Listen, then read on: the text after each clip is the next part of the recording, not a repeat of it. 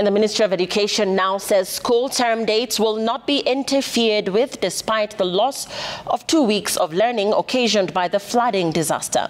Education PS Belio Kipsang says all children in learning schools should be allowed admission in schools without barriers of uniform and school fees, especially for those from areas affected by flooding. The Ministry of Education has now issued new instructions to guide the smooth return to school for learners.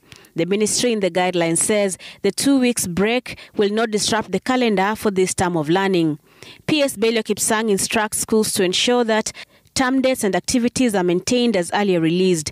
The ministry also instructing schools to develop lesson recovery plans to ensure that everything that was supposed to be covered this term is indeed covered.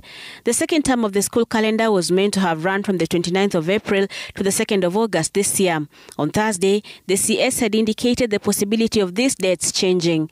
And see how we can be able to recover by probably extending a few days, because they were expected to close down the schools in August for 3 weeks.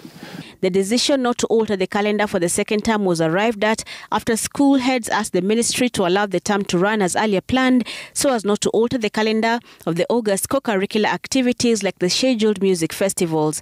They also assured the ministry that they would work at ensuring that they meet their teaching targets for the term within the time provided.